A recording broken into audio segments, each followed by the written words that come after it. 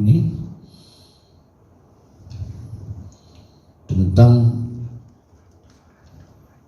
kegelapan yang ada lampu penerangnya. Yang ketiga disebutkan dari Abu Bakar As-Siddiq bahwa al-qabru zulmatun, kubur itu adalah gelap.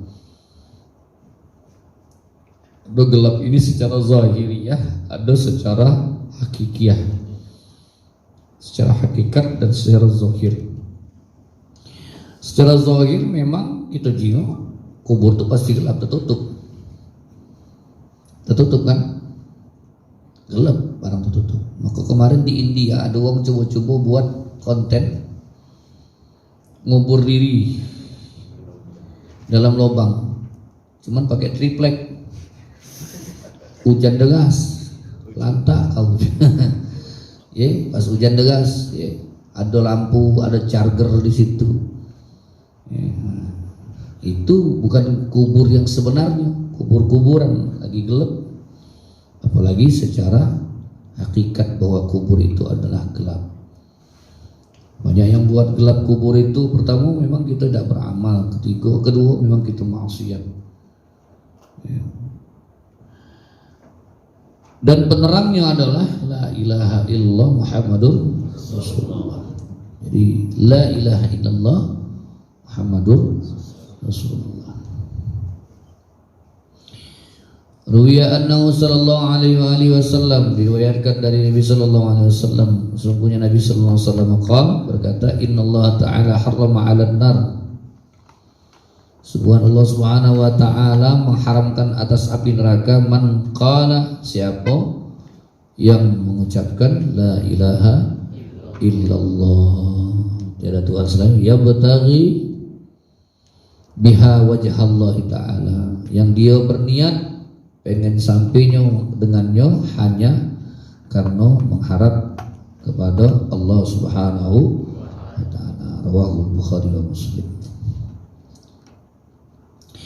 Bahkan dalam riwayat lain, warawiya annahu sallallahu alaihi wasallam qala, diriwayatkan sesungguhnya Nabi sallallahu alaihi wasallam bersabda, man qala la ilaha illallah mukhlishan, siapa yang mengucapkan la ilaha illallah mukhlishan, ai makna mukhlis dengan ikhlas atau sebenarnya, dakhalal jannah, maka dia masuk dalam surga. Qalu, maka sahabat nanya, ya Rasulullah, wahai Rasulullah, fama ikhlasuha, ya, maka apa dia yang termasuk ikhlasnya itu, syarat ikhlas masuk surga karena mengucapkan la ilaha illallah, atau yang sebenarnya dengan keucapan la ilaha illallah itu? Qala, maka Nabi mengatakan, antahjuzakum an kullu ma harramallahu alaikum, kata Nabi, yang mencegah kamu dari setiap apa yang diharamkan Allah subhanahu wa ta'ala atas kamu. Jadi mengucapkan la ilaha illallah bukan sekedar ucapan zikir la ilaha illallah, tapi harus mukhlis. Ai bermakna apa? Mukhlis ini yang mencegah kita dari sesuatu yang diharamkan Allah subhanahu wa ta'ala. Maka masuk fadilahnya kita mengucapkan la ilaha illallah, karena la ilaha illallah itu bermakna la tiada ilaha Tuhan illallah kecuali Allah. Satu keyakinan akidah yang kuat tentang keberadaan Allah subhanahu wa ta'ala yang senantiasa mengawasi setiap hambanya. Maka di saat kita mukhlis, kita benar-benar dengan kalimat la ilaha illallah tadi berpegang teguh dengan kalimat la ilaha illallah, kita menjaga diri kita dari segala yang diharamkan Allah. Bukan sekedar lisan baik, la illallah, la illallah, la ilaha illallah sampai 1000 kali. Ya, macam-macam cara nyebutnya la ilaha illallah. Ada yang lambat, ada yang kuat, ada yang cepat. La illallah, la illallah. Ada yang lambat. La ilaha illallah, la ilaha illallah, aduh itu, ya. Ada yang kuat, jangan juga aduh itu ya. Oke lah, itu di luar perbedaan kita, silahkan. Tapi intinya la ilaha illallah tadi bukan sekedar diucapkan, tapi dengan berkomitmen tentang keyakinan kita tiada Tuhan selain Allah, maka kita menjaga diri kita, mencegah diri kita untuk segala sesuatu yang diharamkan Allah Subhanahu. Dan la ilaha illallah ini termasuk bukan sembarang kalimat. Bahkan ketika la ilaha illallah ini Allah katakan, kalau la ilaha illallah ini dibuat dua sisi, bagaikan timbangan. Satu sisi kalimat la ilaha illallah, sisi yang lain adalah bumi beserta isinya, maka itu tidak akan sebanding, lebih beratlah kalimat la ilaha. Ketika Nabi Musa minta diajarkan satu kalimat yang sangat tinggi nilainya, maka Allah ajarkan la ilaha illallah. Tambahkan lagi kata Nabi Musa, bahasanya ay mudah, pendek bacaannya. Maka Allah mengatakan seandainya satu sisi di bawah ditaruhkan kalimat la ilaha illallah, satu sisi yang lain dibawakan bumi beserta isinya dan langit beserta isinya, maka akan lebih beratlah kalimat la ilaha illallah.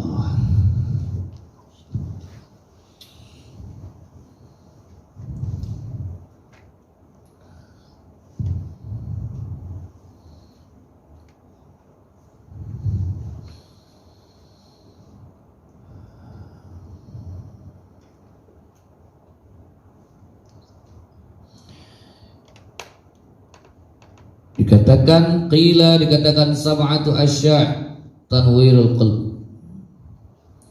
Ada 7 perkara yang bisa menyinari hati. Awwaluhal ikhlas fil ibadah. Yang pertama yang bisa menerangi hati, menyinari hati itu adalah ikhlas dalam ibadah. Jadi ikhlas itu melakukan sesuatu ma'allah, hanya karena Allah, tanpa mengharap pujian, lillahi ta'ala. Makanya setiap niat kita di ujungnya lillah, bagi Allah Subhanahu, untuk Allah Subhanahu wa ta'ala. Nawaitu sawma ghadin an adain fardhi syahri ramadhana hadina sanati lillahi ta'ala. Nawaitul wudu'a fil hadasil asghari fardhan lillahi. Nawaitul ghusla, nawaitu raf'al hadasil akbari, aku mengangkatkan hadas yang besar. Sering apa sebulan sekali. Fardu karena Allah ta'ala, lillahi ta'ala. Nah sholat lillahi ta'ala, nawaitu usalli, nawaitu usalli lillahi ta'ala. Tiga lah, nawaitu la usalli lillahi ta'ala pula. Lillahi karena Allah.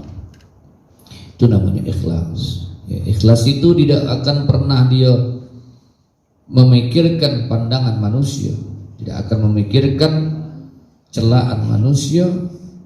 Dia yakin bahwa kebenaran yang datang dari Allah dan Rasulnya patut dia laksanakan dalam bentuk perintah, dan wajib dia tinggalkan dalam bentuk larangan. Itu ikhlas.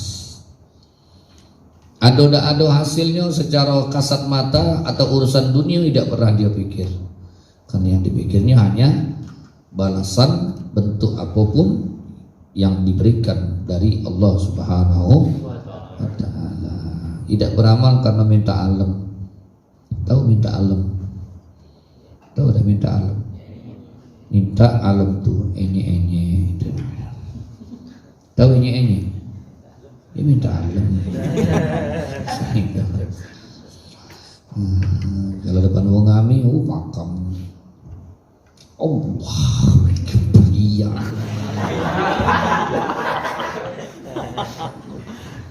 Bismillah. Siap. Dalam hati ini musuhnya nih mamang ini depanmu, di belakangmu.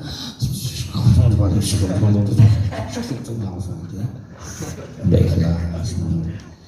Tetapi sebenarnya ikhlas itu hanya dirinya dengan Allah yang tahu. tidak pula bisa kita menjudge wong. Nah, kau tidak ikhlas kau. Nah, ada nih enggak kita kalau ngomong. Enggak ikhlas kau nih beramal. Nah, itu kan urusan kita. Cara Allah yang tak. Kau ni nolong-nolong wae dak ikhlas yang lah ditolong kok masih ngata dak ikhlas pula. Ya semau nih mamang itu. Lah ditolong wong tu berarti ikhlas dak ikhlas. Yang penting lah ditolong wong. Wah, iya itu. Minjami duit, lah minjam duit pula. Kau tidak ikhlas minjami aku duit. Nah, lah minjam duit ngato tidak ikhlas pula. Ditagih nak dimusuhinnya. Kayak ni kita nih.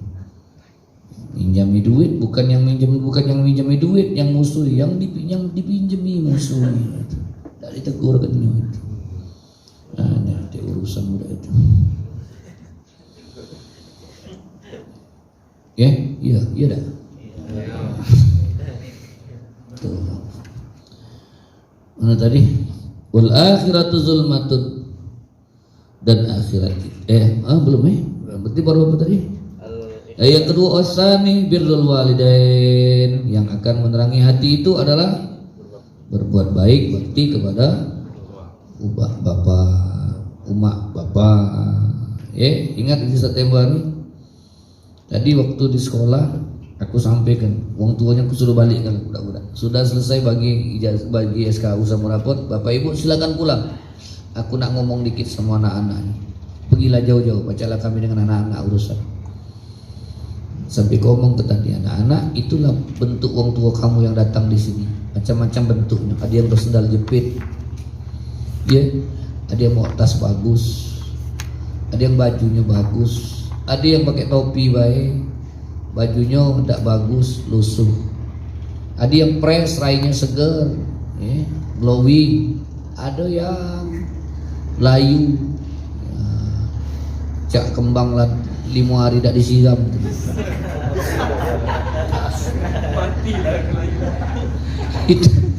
Itulah cerminan jerih payah umat bapak kamu. Padahal umurnya lebih muda tapi lebih tua kelihatannya. Itu bukan karena apa? Karena terbakar mukanya, terbakar tubuhnya, berkerut sebelum masuknya. Berarti dia susah payah capek ngurusi kamu. Dia datang ke sini berharap dia banyak untuk kamu, berharap penuh. Ini jenjang yang berikutnya agar kamu menjadi wong lebih sukses. Maka sikok kataku tutup tadi, ingat yang sering ku sampaikan, saat kamu tak bisa memberikan kebahagiaan kepada ayah dan bundamu, maka jangan pernah kau memberikan kesedihan kepada ayah dan bundamu. Saat kau tak pernah memberikan kebaikan kepada ayah dan bundamu, ingat, jangan pernah kau melakukan keburukan yang menyedihkan hati ayah bundamu. Itu ilmu dan rumusnya. Kita menganggap uququl walidain atau durhaka kepada orang tua itu dengan mengucapkan kata membantah atau bahkan kita menghardik. Betul itu daripada kedurhakaan. Tapi ada kedurhakaan yang tak berbentuk. Di mana kedurhakaan yang tak berbentuk? Ketika kau menjadikan hatinya senantiasa sedih, ketika kau melakukan sesuatu yang membuat hatinya gundah, susah terhadap dirimu dan terhadap dirinya, maka ini adalah satu kedurhakaan yang tanpa kita sadari. Maka nurul qalb, cahaya hati itu diantaranya adalah berbuat baik kepada ibu bapak. Jangan pandang siapa dia, jangan jingok siapa dia, tapi lihatlah dia adalah satu-satunya yang Allah izinkan sebagai orang yang pernah berjasa untuk ibu yang telah melahirkan, untuk ayah yang sudah bekerja keras untuk mencari nafkah. Itulah kebaikan yang tak bisa dibalas meski dengan dunia beserta isinya. Maka wajiblah berbuat baik kepada ayah dan bunda. Maka menjadi cahaya hati. Sebaliknya, orang yang berbuat durhaka kepada orang tuanya, sepintar dia, sekaya dia, sehebat dia, sealim dia, maka tidak akan bersinar hatinya, gelap hatinya karena perbuatan durhaka kepada orang tua. Itu ya, maka jadi cahaya hati. Mari sudah Ustaz sampaikan juga, ketika kita berbuat durhaka kepada orang tua, ternyata balasannya tidak nanti ditunda oleh Allah di akhirat. Kontan, satu kesalahan, satu dosa, ada beberapa dosa yang Allah tunda nanti di akhirat balasannya. Ada juga yang Allah balas langsung, ya. Salah satu yang Allah balas langsung di dunia adalah ketika kita berbuat durhaka kepada emak bapak. Aku tadi ngomong tadi, nah janganlah emak bapak kamu. Alhamdulillah, mudah-mudahan yang dengarnya tadi sadar. Nah itu maka menjadi cahaya penerang hati bagi orang yang berbuat baik kepada orang tua. Mana lagi tadi? Wasalisu silaturrahim. Yang ketiga adalah menjamin silaturahmi. Ada silaturrahim, ada silaturrahmi. Kalau silaturrahim itu makna dengan silaturrahim dengan silaturrahmi sama. Beda apa namanya itu skupnya bay.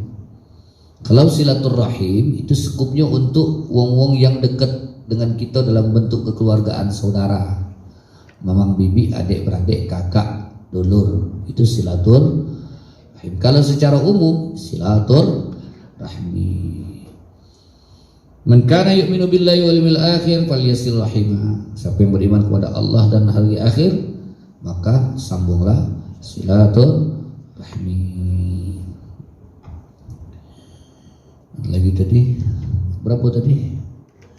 Wasalis warabi'u alla yudi'a umrahu bil ma'siyah. Yang keempat, dia tidak pernah atau dia tidak galak umurnya tadi dalam maksiat. Jadi tidak pernah hari-harinya penuh dengan maksiat. Meskipun dosa itu pasti pernah kita kerjakan. Dalam artian kalau 24 jam itu tidak dalam kapasitas jumlah yang lebih banyak maksiat daripada perbuatan baik. Maka Nabi ngajarkan wa atsbi'is sayyi'atal hasanata tamhuha. Ikuti keburukan itu dengan kebaikan. Maka ibadah yang kita lakukan ini insya Allah menghapuskan dosa-dosa kita. Termasuk menjaga sholat 5 waktu dari seluruh tubuh kita, luntur saat kita berwudu, ketika takbiratul ihram dan sampai salam. Berikutnya apa lagi? Yang ke tadi hilang terus nih. Wal khamisu alla yattabi'u hawa. Ya, dia tidak mengikuti hawa nafsu. Jadi orang yang tidak memperturutkan hawa nafsu akan menerangi hatinya. Kemudian wasadisu yang keenam ayyajtahidu fit ta'ah, akan menerangi hati itu wong yang senantiasa berusaha, senantiasa bekerja keras untuk dalam ketaatan, bermujahadah dalam ketaatan dengan kebaikan. Capek lesu, susah senang, tetap dalam kebaikan dan ketaatan. Wasabi'u yang ketujuh, yaksiru zikrullah, yang menjadi penerang hati adalah banyak mengingat Allah Subhanahu wa ta'ala. Dalam hubungannya tentang penerang daripada kubur adalah zikir la ilaha illallah Muhammadur Rasulullah. Wal akhiratu, yang berikutnya, wal akhiratu zulmatun, negeri akhirat itu adalah gelap. Wasiraju laha al amalus salih, penerangnya adalah amal saleh. Amal saleh berarti amal kebaikan. Standarnya apa? Standarnya yang diperintahkan Allah dan diajarkan oleh Rasulullah, itu standarnya. Tidak bisa beramal saleh itu akan diterima kalau di luar standar.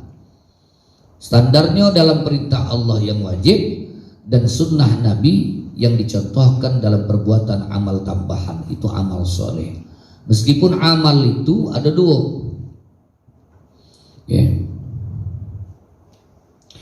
Ada yang disebut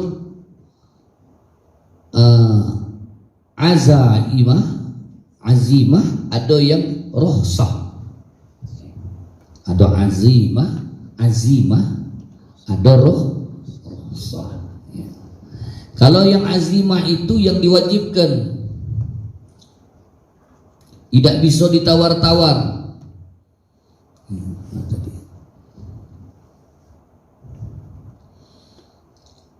Azimah itu yang wajib, tidak bisa ditawar-tawar. Sholat 5 waktu tidak bisa ditawar-tawar.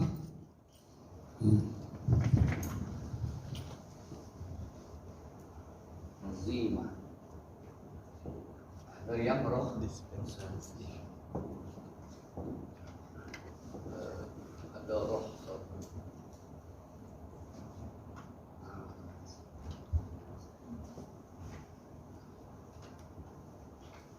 So amal soleh.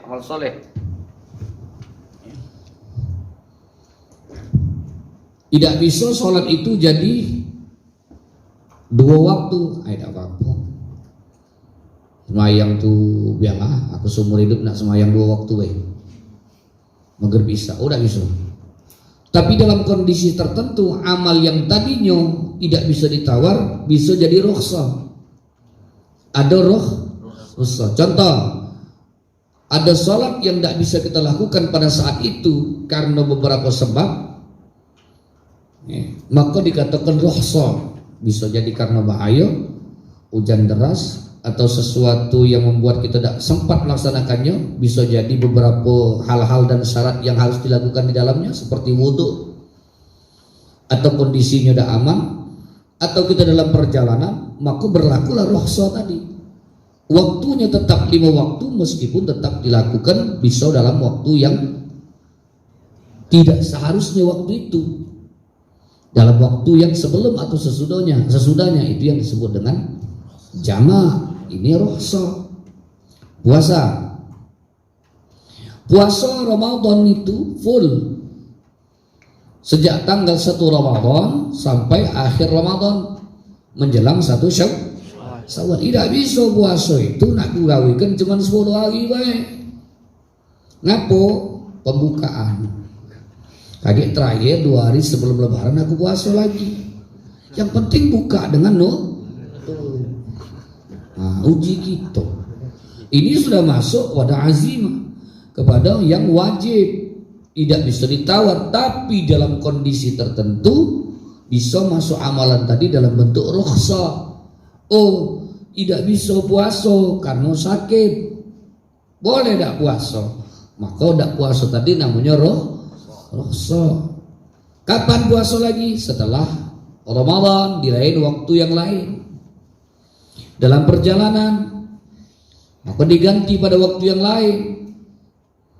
Itu balik kepada rukhsah. Sama dengan wong anggap rukhsah bahwa wong yang tidak puasa, seperti ibu hamil atau ibu-ibu menyusui, itu cukup dengan bayar fidyah baik. Udah bisa dalam mazhab Syafi'i, tidak cukup dengan sekadar bayar fidyah baik. Ada syarat tertentu yang berhubungan dengan puasa itu sendiri. Nah, itu namanya rukhsah. Dua-duanya sama penting, tapi dalam kondisi. Tapi yang azimah tidak bisa ditawar-tawar. Haji, payah haji. 30 tahun baru baca berangkat ke Mekah, jauh 50 juta. Sudahlah, jangan payah-payah. Ambil yang murah baik, cepat pacak sehari pergi balik hari. Kemana? Ke Kerinci. Haji ke Kerinci. Di mana Kerinci? Tak tahu sesungguhnya Kerinci. Gunung Kerinci. Naik pucuk gunung, keliling-keliling pucuk situ, nak selesai turun balik haji. Mana bisa haji? Ya, semayang subuh, yang penting semayang. Ustaz, ngapa? Aku nak jam 9 baik semayang subuh. Bukan subuh, itu namanya duha. Ya, tidak bisa, karena dia berhubungan bukan rukhsah. Amal soleh. Maka orang yang beramal soleh itu akan menjadi penerang kuburnya. Man dakhalal kubra bila zadin faka'annama raqibal bahra bila safinatin. Siapa yang masuk kubur tanpa amal, maka bagaikan wong yang mengarungi lautan tanpa menaiki bahtera, tenggelam, ya, terbenyuk di dalamnya. Wasiratu zulmatun, sirat titian itu adalah gelap, ya. Titian Siratul Mustaqim, ya. Jarak antaranya 80 tahun mendaki, 80 tahun mendatar, 80 tahun menurun. Tajamnya lebih tajam daripada pisau yang paling tajam sampai 80 kali lipat, dan tipisnya setipis dengan rambut yang dibelah 7. Di bawahnya apa? Binatang buas, api neraka yang terbuat dari bahan manusia dan bebatuan. Nyampak selesai. Yang berjalan ada yang merangkak, ada yang berjalan biasa, ada yang berlari, ada yang bagaikan kilat, kalbarqil khatib, kilat yang menyambar, sesuai dengan amal masing-masing. Maka itu gelap menjadi kegelapannya. Penerangnya apa? Al-yaqin. Apa itu yakin? Wa huwa tahqiqus shadiq bil ghaib. Yang namanya yakin itu apa? Benar-benar dia membenarkan dengan hak, membenarkan dengan yang gaib. Itu orang yakin. Ya. Allah itu gaib, tapi wajib yakin. Kiamat itu gaib. Maksud gaib itu apa? Ya kapan? Tetap ya. Kubur itu, alam kubur itu gaib, tapi tetap ya yakin. Surga neraka itu gaib, tapi tetap yakin. Maka itu dikatakan orang yakin. Maka ini menjadi penerangnya. Maka ketika keyakinan itu datang, maka akan tumbuhlah niat dan keinginan untuk melakukan amal kebaikan, menjauhi keburukan. Biizalati kullu raibin. Dan dia meninggalkan dirinya dari sesuatu keraguan-raguan dengan yang gaib itu. Maka dia katakan ya yakin. Sampailah dia kepada puncaknya saat dia meninggalkan keraguan. Dia beramal karena ini perintah Allah, tidak membuat dia ragu-ragu meninggalkan amal itu.